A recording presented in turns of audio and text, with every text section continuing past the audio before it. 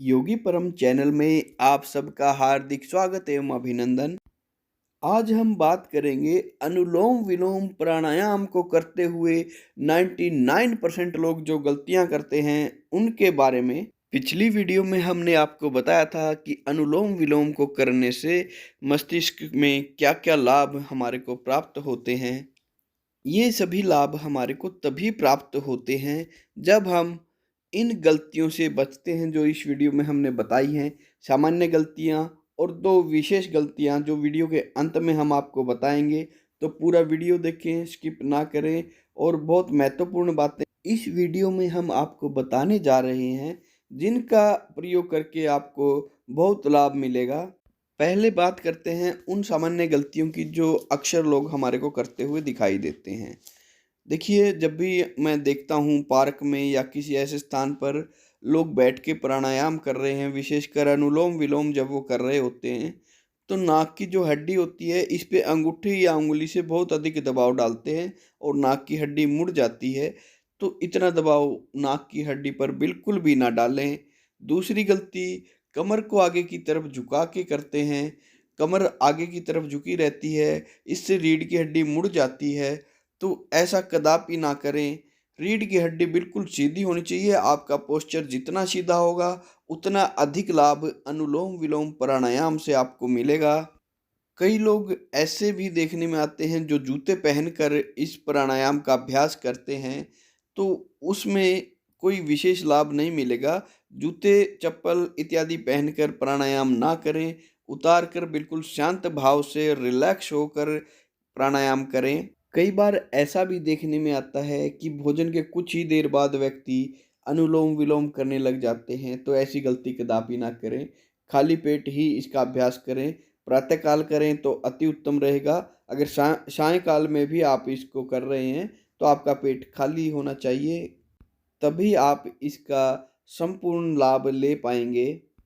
कभी-कभी ऐसा भी देखने में आता है कि कुछ हमारे भाई-बहन ऐसे स्थान पर प्राणायाम करने लग जाते हैं, जिस स्थान पर वायु प्रदूषित है, वहाँ किसी प्रकार का धुआँ आ रहा है या शुद्ध हवा नहीं आ रही है, तो ऐसे स्थान पर प्राणायाम कदापि ना करें।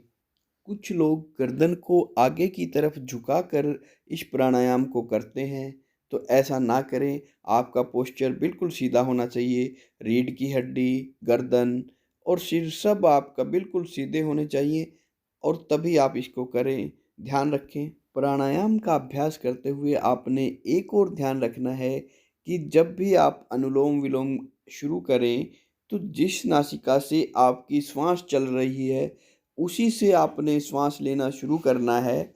और यदि आपको समझ नहीं आ रहा है, कई बार ऐसे लगता है कि ये भी नोस्ट्रिल से श्वास आ रही है, दूसरी से भी आ रही है, तो आप बाई नासिका से इसका अभ्यास शुरू कर सकते हैं। अब मैं आपको वो 2 गलतियाँ जो अधिकतर लोग करते हैं, उनके बारे में बताने जा रहा हूँ। पहली गलती तो ये है कि बहुत से भाई-बहन जब भी अनुलोम-विलोम का अभ्यास करते हैं, तो ज़ोर-ज़ोर से श्वास को अंदर खींचते हैं और ज़ोर से ही बाहर निकालते हैं। ऐसा ना करें। बिल्कुल धीरे-धीरे, धीमे-धीमे लंबा गहरा श्वास भीतर भरें और फिर धीमे-धीमे ही श्वास को बाहर की तरफ निकाल दें। इसी प्रकार से इस क्रम को निरंतर दोहराते रहें, किंतु ध्यान रखें श्वास लंबा, गहरा और धीमा हो। ऐसा हम इसलिए कह रहे हैं कि आपने देखा होगा, जब भी आपको गुस्सा आता है तो आपकी श्वास तेज़ हो जाती है और जब आप शांत होते हैं तो आपकी श्वास धीमी चल रही होती है। तो आप इससे स्वयं आकलन कर सकते हैं कि जब आप तेज़ श्वास लेंगे तो आपका हृदय, आपका मस्तिष्क किस प्रकार से कार्य करेगा और जब धीमे-धीमे लंबी गहरी श्वास लेंगे तो आपको कितनी शांति अनुभव होगी। जब भी आप अनुलोम-विलोम या किसी अन्य प्राणायाम का अभ्यास करें, तो आपकी वृत्तियाँ सात्विक होनी चाहिए, अर्थात आपके जो भाव हैं, मन में जो विचार आ रहे हैं, वो सात्विक होने चाहिए। किसी प्रकार की हिंसा, चोरी, ठगी, लूट-मार आदि के भाव ना हों। इसके साथ-साथ आप जो भोजन कर रहे हैं, वो भी सात्विक होना चाहिए। अधिकतर लोग किसी न किसी वैचारिक हिंसा में या किसी चिंता में या किसी विचार में ही इनका अभ्यास करते हैं तो उतना लाभ नहीं मिलेगा। इसका असली लाभ आपको तभी मिलेगा जब आप वैचारिक रूप से पूरी शुद्धि का ध्यान रखेंगे और भोजन भी शाकाहारी और शुद्ध सात्विक भोजन लेंगे तो आपको पूरा पूरा लाभ मिलेगा। अन्यथा आपको इसका अपेक्षित परिणाम नहीं मिलेगा। इस बात का आप विशेष ध्यान रखें। आशा है आगे से आप इस प्रकार की गलतियों से बचेंगे और अनुलोम विलोम प्राणायाम का पूरा पूरा लाभ उठाएंगे।